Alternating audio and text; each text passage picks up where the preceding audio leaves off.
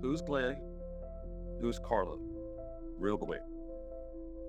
Glenn is an inner city child born in the city of Chicago. I'm the oldest of 4 children. My father left when I was 2 years old, so I was raised by my mother and my grandmother. My grandmother was the person who introduced me to Christ at a young age.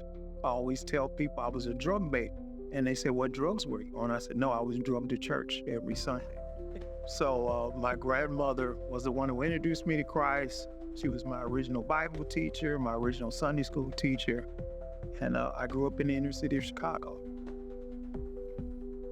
Carla, I am the 5th child, the baby of 5 girls. I am a mother of 2. My son is 26 and my daughter is going on 30. I'm extremely proud of them. And I homeschool parent, did the whole nine. I'm proud of what they have become. I'm a wife, Glenn, and we've been married for 28 years. I'm a teacher. I love to teach and I love to help people. I love God. I can't leave that out a lot. My grandmother, she emulated Christ to me at a very young age. I was baptized in 1979. Strayed away from my faith in my early 20s. Came back to Christ in my mid-20s. Built an astounding relationship with him since 2000. And I've been very close to him by the hip ever since. Well, my career journey started right after high school. I started working for the Social Security Administration. I actually took the civil service exam as a junior in high school. I walked across the stage in June of 1981 and got a letter from the government saying, "Hey, we got a job for you," to start 2 months later. I worked for the government about a year and a half, and then the money just wasn't making ends meet. I was newly married right out of high school and had a son. So I wanted to make extra money part-time and went to the military recruiting station, wanted to join the National Guard. They said I scored so high on the ASVAB test that I should just go in active duty, and so I went into the military. From 84 to 87, I served as a U.S. Army infantry soldier. Out of all the jobs they asked me to serve, I wanted to be like John Wayne. I wanted to pull grenades with my teeth, so I became an infantry soldier. In 1985 is when I really saw God work in my life. I fell off a cliff 5 stories. I was in the hospital for 3 months. They told me by the time I reached 22, I wouldn't be walking, but I had a praying grandmother. My grandmother prayed for me, and as you can see, I'm still walking. I still have my aches and pains, but I have another friend who fell 1 story, broke his neck, and passed away. I fell 5 stories and don't remember hitting the ground. From there, I was released from the military. I went home, finally got a chance to meet my father, who called me when he was dying of lung cancer. Had 30 days to live. The military allowed me to go home on leave to be with him, and he lived for 6 months. Right after that, I thought I was going back to my duty station at Fort Ord, and I was medically discharged with an honorable discharge because of my injuries. So now I was back in Chicago, didn't know what I was going to do. All my furniture stuff was there. The military shipped it back. I went from there, I got a job with the Postal Service. Worked with the Postal Service for 18 months and went into financial services. Worked for financial services 15 and a half years. During that time, God called me in the ministry. I planted a church in Chicago, Illinois in 2002, pastored until 2016, where God told me it was time to move on. He wanted me to do something on a broader scale. I moved to San Diego, California. Thought I was going to be working with a group of churches as a missions pastor. When I got there, I found out there was no space for me on the staff. I wasn't told that until I got all the way there, which was all right. 2 days later, I got a phone call from Saddleback Church and Pastor Rick Warren. And I had been a trainer for Purpose Driven for years, and they had created this new coaching program that they wanted me to be part of.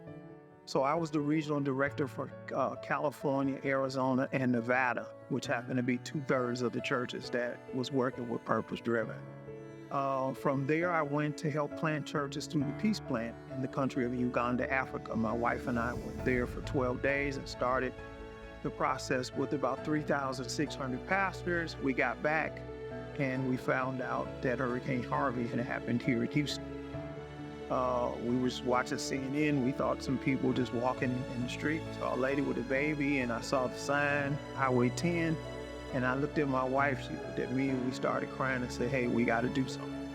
So as soon as the airports opened up, we flew here to Houston. There was 2 churches we were working with. We got a phone call from Saddleback saying, hey, look, we want to send truckloads of supplies. Would you do the logistical work for us? And so we were the boots on the ground for them all during that process. One of the pastors that we were working with here in Houston asked, would I be interested in moving to Houston? And I asked him, had he ever been to San Diego? He told me no. And I said, well, that's why you would ask me something like that. And I told him, no, I wasn't interested. He said, just pray about it. And I got back on the airplane and told my wife, I don't bother God with stuff I don't want to do. And so for 4 months, he called me and asked me, hey, have you prayed about it? Have you prayed about it? And finally, my wife asked me to pray. And when we began to pray, my phone rang, and it was him. And he said, what are you doing? I says, I'm praying with my wife. And he says, you know, it's the weirdest thing. I was on my way into a staff meeting, and God says, stop in your tracks and call Bone. And I said, what did he tell you to call me for? He said, I don't know. He said, you need to call me right now. And as soon as he said that, Carla began to cry. And he says, what's wrong with your wife? I said, nothing, we got to move. And we knew then that we were moving to Houston. And we packed up, moved here to Houston. I served as an executive pastor of the church here in Houston for about 17 months. I knew my season was up there. And after that, I was like, okay, what to do next, God? And from there, my wife was watching Joel, and she says, God says we need to go to Lakewood. And I says, okay. I'd never been to Lakewood the whole time I was here. We got here, and my life changed from the point I was here. And we have been here almost 2 years now. We know, I said, it's a funny thing. I think God took us all the way around to get us here. And so that's my road for my journey right now. I have been praying and asking God, for about 10 months, the past 10 months, God, what is it I'm supposed to do? I'm 60 years old now. What am I supposed to do? I didn't see church planning at 60, and I'm like, okay. I still consult, talk with churches now and today, but I'm like, okay, what am I supposed to do? And at the same time I'm praying this prayer, our savings account is getting smaller and smaller because we're paying bills and stuff is being taken out, nothing's being put in. So I'm like, okay, God, what is it that you want me to do? And so in Katy, where we live, they were building this 7-Eleven. I watched this 7-Eleven being built from the first time they brought the bricks in, and we were trying to guess what is it, because they put up a new retail store, but we didn't know what it was. And then finally they put up the 7-Eleven. And I said, wow, honey, this is going to be a 7-Eleven. So she says, okay, 7-Eleven, what are you going to do? And I'm like, I don't know. So one day I'm driving by the 7-Eleven, and God says, I want you to go in there and get a job in there. Well, nothing's below me for what God says. And I says, okay, what do you want me to do? He says, I want you to go in there and apply for a job at the 7-Eleven. Now, I have been going in the 7-Eleven for about 4 months. So I know the manager, the assistant manager, everybody works in the store, because I have this type of mannerisms that everybody I meet, I want to try to get to know them. And so when I walked in the store and I says, hey, you guys hired? They said, yeah. And they said, why are you asking? I said, well, I want to apply for a job. They said, you kidding? I said, no, I'm not kidding. I said, I want to apply for a job. And they said, well, we have a position available. Would you like the evening shift or the night shift? The night shift is from 10 at night to 7 in the morning. I said, I'll take the night shift from 10 o'clock to 7 in the morning. They said, you sure? I said, yeah. Will you be working by yourself? I said, okay, I'll work by myself. And I took the position and then came home and told my wife what I did. And the first thing she says, you're kidding. No, you didn't. I said, yes, I did. I said, tomorrow I have to go up for the training. You'll see tomorrow. So I went to training the next day. I came home, I had my shirt. And she knew for a fact then that I had signed up because I got the 7-Eleven shirt. I said, they didn't have my name badge ready yet. I said, but I go tomorrow and I pick up my name badge. And so I got it in my pocket. Until the next day, and that was my name badge. So when I put the name badge on the shirt, she says, you have got to be kidding. you went and took a job at 7-Eleven? I says, it wasn't me. God told me he wanted me to work at the 7-Eleven. And I started the process of working at 7-Eleven.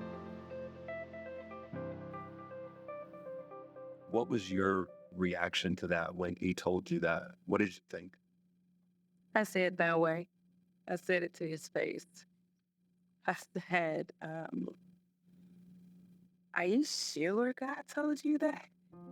And he said, yeah, I'm positive. Then I yelled at him and said, impossible. There's no way God told you that. You've been planting churches, you've been recognized regionally, nationally, internationally. You have so much talent. I said, are you the general manager? He said, no. The manager?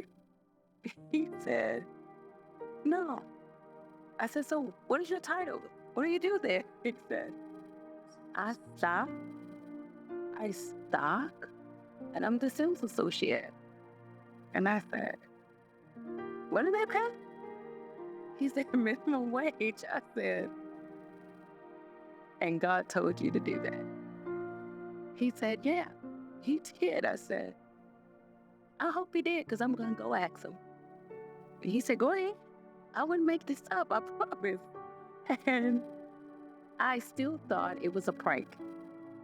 He's a jokester, by nature. So I thought he was pranking me at the time. And he went out for work one night. I got in the car and I drove up there. And I hid around the corner. I wanted to see if he was actually doing this. And I walked in, and I finally walked in. And I just looked at him and I laughed. And he was like, laughing at? And I was like, you for real? He said, I am. So the next night, I tipped out the house and I parked the car.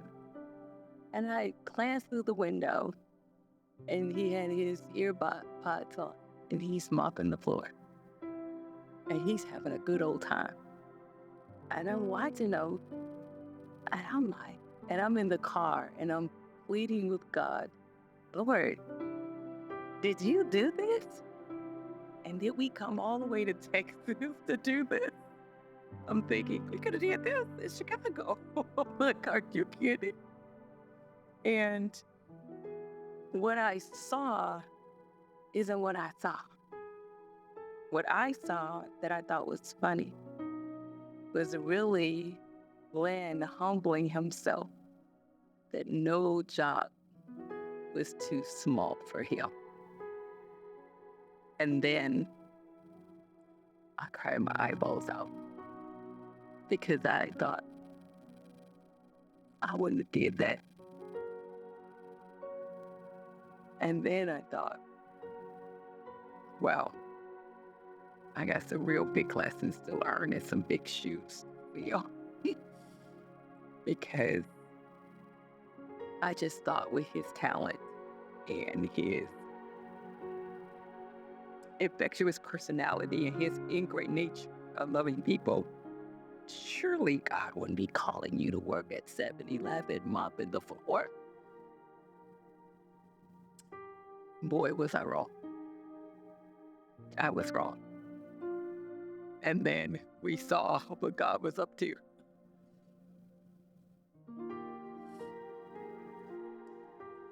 We saw what God was up to later on. You have a saying? Yeah, I've had a saying that I've had for years now. And the saying basically says, if service is below you, then leadership is above you. Most people want leadership and don't understand. That's why the Bible says the greatest among you will be servants. And so to me, it's always been, I always tell people, the scriptures tell us to become all things to all people for the chance to save some. And so I knew that God was sending me there beyond the fact of 7-Eleven. The good part about it was I worked a 10 to 7 shift, so I didn't have to sell alcohol. I didn't have to sell lottery tickets. So basically, I saw people as they were ending their day and beginning their day. I had my best time with God at night, 1 to 2 to 3 o'clock in the mornings, where I met all the police officers, all the state troopers, all those people we allowed to come in to get free coffee. I had an opportunity to talk and pray with them, to see some of the things that they were going through. I'll never forget, one day I was there and there was a gentleman who came in and he wanted to buy a whole roll of Skull. Well, I don't know anything about dip. And I told him, man, I don't know nothing about dip tobacco. You got to point and show me where it is. And he says, the mint ones, the green can. And he pointed up and I grabbed one and he said, no, I want the whole roll. Well, I don't know what it is. And I reached up, he said, yes, that old one is wrapped up. It's 5 cans. And so I put him down there and I would always joke with people and I say, hey man, you don't look 18. I need to see your ID. And he would pull his ID out and we began to talk. And he said, man, I said, man, what do you need that for?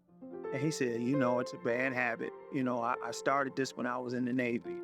And I swore to myself, when it gets to $5 a can, I'm going to stop doing it. Then it got to $5 a can and I stopped doing it. And he said, man, I just picked this bad habit up about 4 months ago. I said, well, why don't you pick it back up? He said, man, I lost my wife.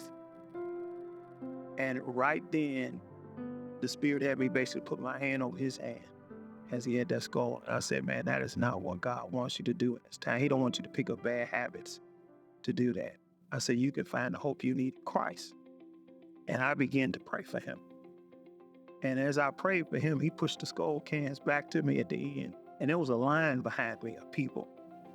And I just felt at that time, oh, God, I'm going to get in trouble. It's being recorded and everything. But I just felt compelled to pray for this man. And when he pushed the cans back and said, man, that's all right. I don't need it. He says, you work here every night? I said, sir, I'm here 5 days a week.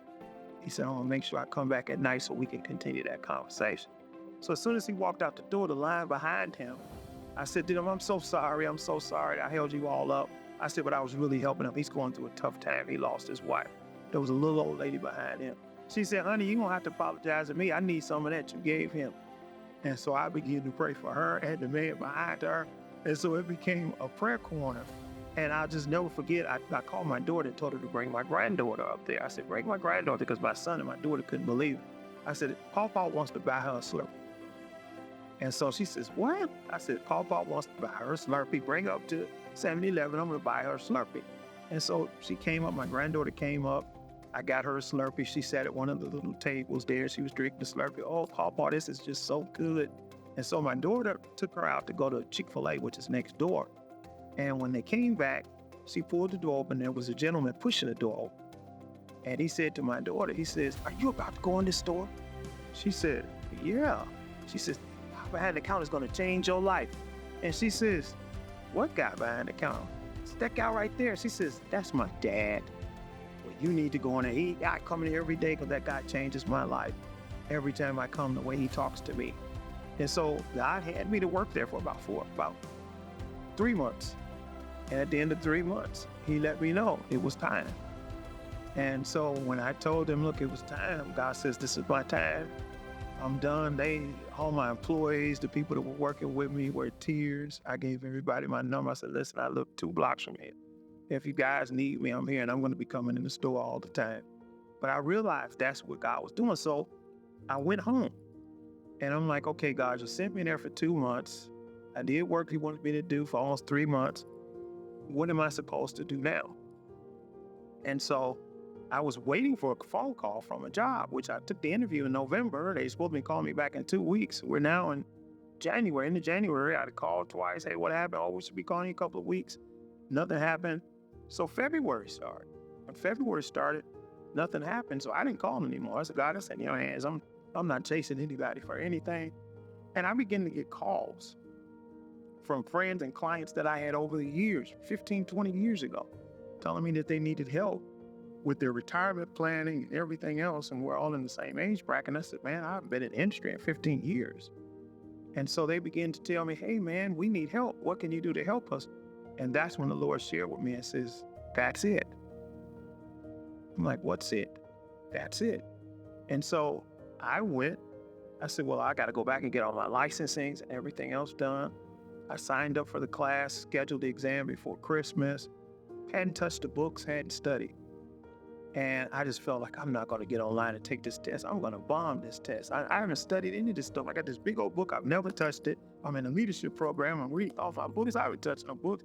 And so it's Saturday morning. I'm like, but I don't want to waste my money. When I woke up that morning, I heard the Spirit of God tell me what I used to tell my kids. There is no question that a teacher can ask that God cannot answer. And I got up and got dressed and went in my office. And I had 2.5 hours to take the test. I finished it in 45 minutes. And all I had to do was to hit the last button to say finish, and then it circles and tells you what the test score is. I had to score 70, I scored 81.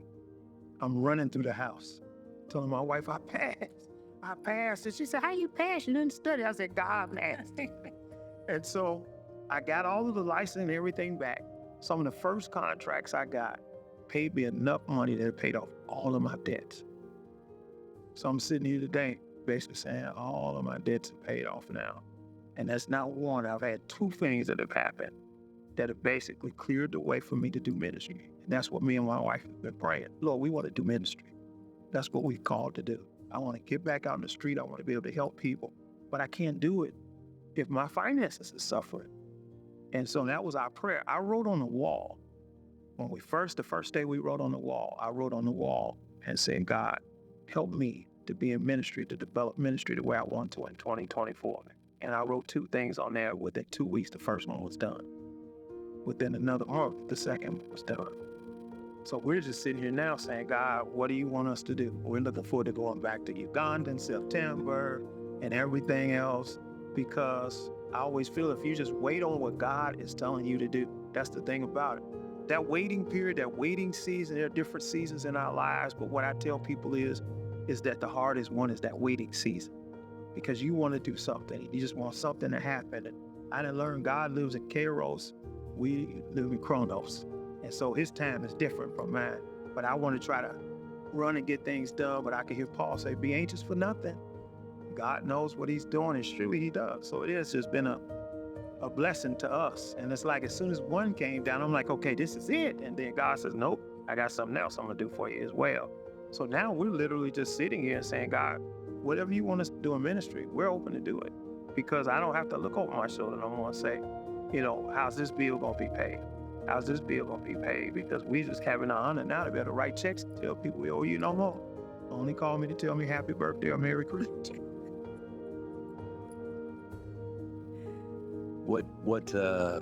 Carla, what do you feel like you gotten out of this? What's something that I think the emotions? What does it taught y'all? It taught me to be patient and wait on God. It also taught me to stop trying to do everything. Let God be God and let him do his part, and just wait and be patient with him. And everything you're not going to understand it. And I'm one of those analytical, I need to know, I'm going to put everything in order, I'm detail-oriented. So when I don't know something, it's just, I start sweating. And this taught me to just trust him, even when I don't understand. And the whole totality of our story, he moved us from Chicago to California. He didn't just say, I want you to move and then we'll figure out when you get there. He said, I need you to sell everything and dump it. I had inherited my grandmother's property. We had a commercial building. We had our home. He said, dump it. So I had a garage sale for 8 weeks every Saturday, because he said, sell it. And I was moving into a 2-bedroom apartment from a 14-room home. And most people would have said, oh no. And I didn't want to initially. I drug my feet, and that process was about 4 years of him telling us this and us actually doing it. But we dumped everything, and we went to California, and we get there only to find out that he couldn't be put on staff right away because he was in the middle of a building project, and they couldn't add staff because of the loan. So now we're thinking, did we miss God? Did we hear him? did you hear what I heard? We're questioning now. And then Saddleback called. So they're like, oh boy. So then we're thinking, okay, this is great. We had a great time with that until we came back to the States and Harvey hit. And then God said, okay, go to Texas. And then we're thinking, did you hit it? We're just wondering. And I'm like, move to Texas? And he said, yes. Texas wasn't on my life plan. I had never been. I was like, oh, it's hot. I said, Lord, no, really? So I drug my feet with that. And it took us about 5 months. And I just said, I just surrendered. I said, okay, Father, you know. And then when we came here, then all of what happened when we got here, by that time, I was moved out, spent out, tired out. I was just out. I just so glad. I was like, what are we doing? We dumped everything. We moved everything. We uprooted everything. We left our families behind. We came to California where we only had a few people that we knew in ministry. And then here in Texas where we didn't know anyone. And I said, Glenn, are we really following him? Are you sure this is what he's saying? So I kept questioning. And every time I would question and question God, he said, of course I said it. And I kept saying, but why?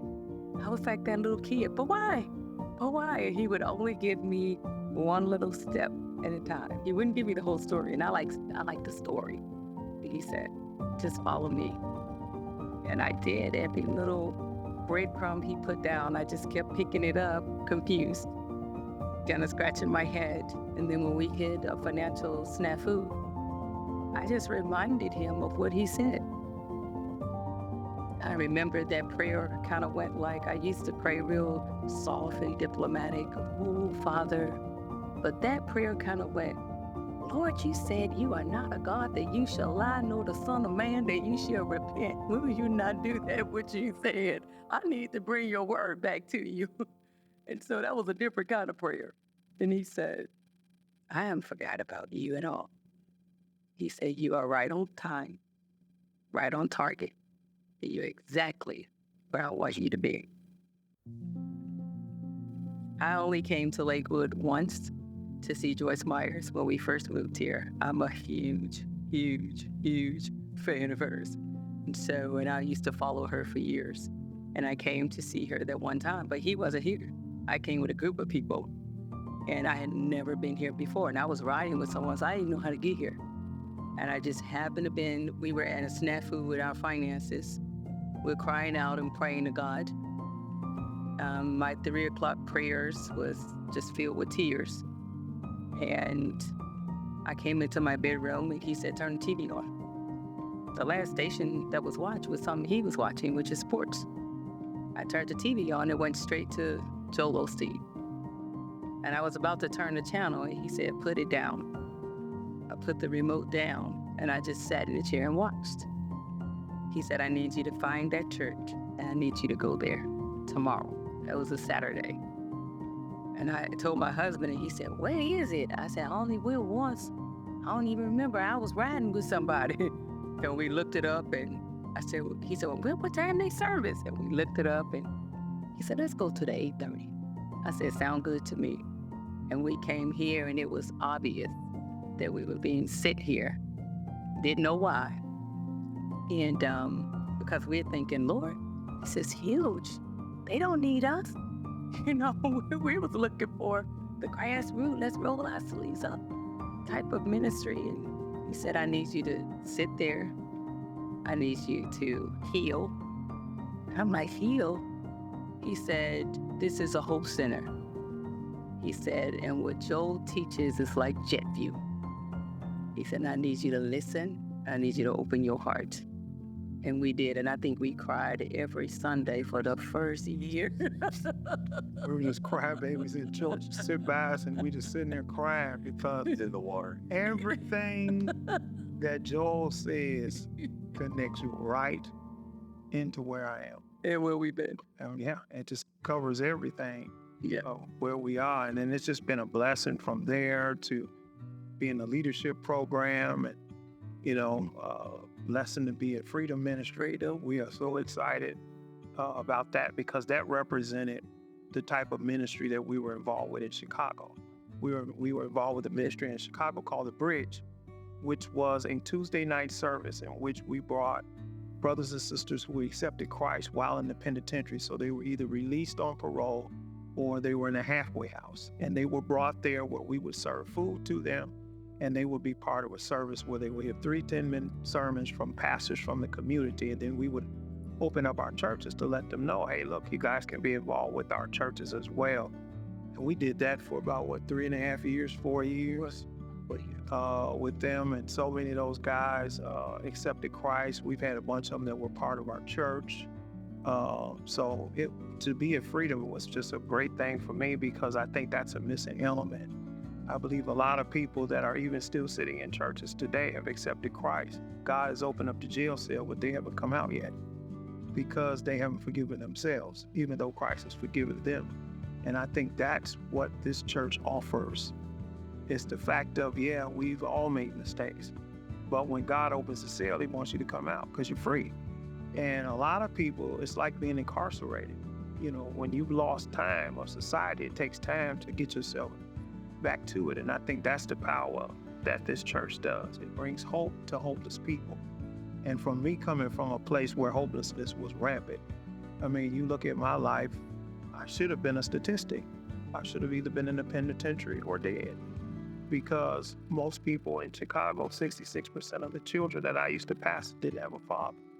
So I became a father to a lot of those children, where I ended up being at their schools to pick up their report cards and at their graduations and proms and pre-K graduations, because there was no representation of a male figure. So I knew when it was report card Sunday, I was going to be after church for an hour or two, because every kid wanted to bring their report card to sit down with pastor to show them how they were doing in school. And so I know how important that is, because I didn't have a father, but my mother was smart enough to put the right men around me that taught me how to be a man.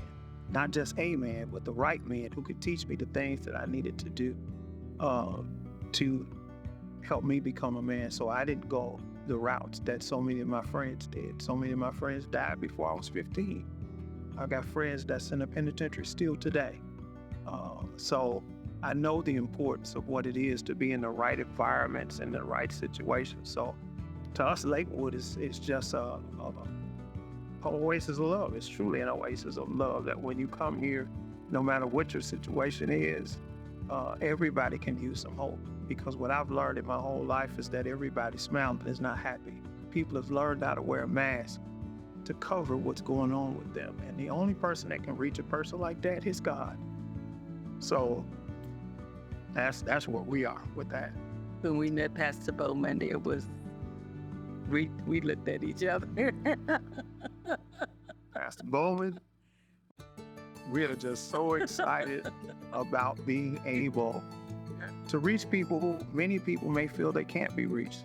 Reach people who feel that their sins cannot be forgiven. People who feel, I've done that. But the one thing I always tell people is this: we're all ex-something. We all were hell bound. So it's not a thing where yours is greater than mine. Sin doesn't have a grade. That's right. It's hot. And what I always tell people when they say, well, I did something worse to you, I say, here's something I want you to remember. In all areas of hell is hot. It's not one's cooler than the other. All of hell is hot. So it doesn't make a difference of what you did versus what I did or what you did.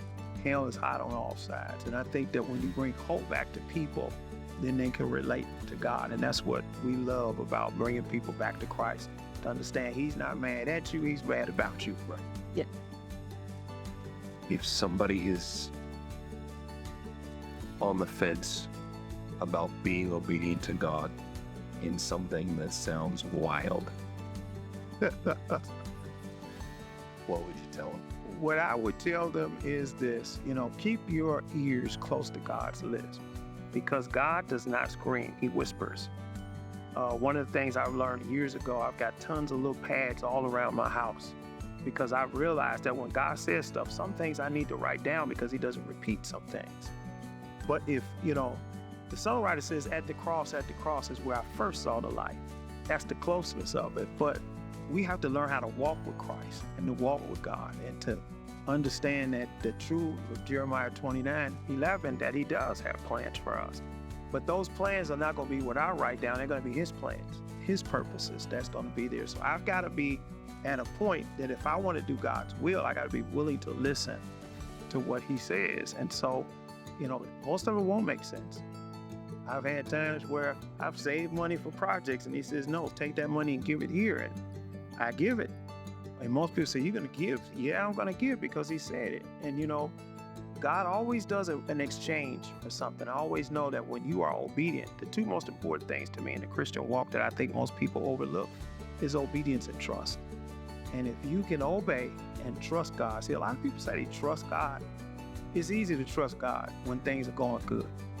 But the true test of God is when you can trust him when things don't make sense, when I don't understand. That's what God is looking for. That's what I call blind trust.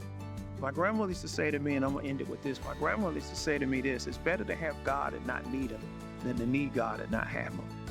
And so walking with God like this has just been the way I've done it for 20, 30 years, that God has never failed me. When we sing the song, he won't fail me now, he won't. And so I've been down to what we call the midnight hour. And he always comes through every time. He has never let me down. And so even if it feels uncomfortable, you may see me swerve, I'm trusting because he's never let me down. His track record has been whatever he told me to do. When I did it, it came out exactly the way he says. So my thing would be for everybody, be anxious for nothing. Trust God. Because truly what he says he will do. There are 7,000 promises in the Bible. For every problem you find, line it up with a promise, and you can walk through whatever you're going through.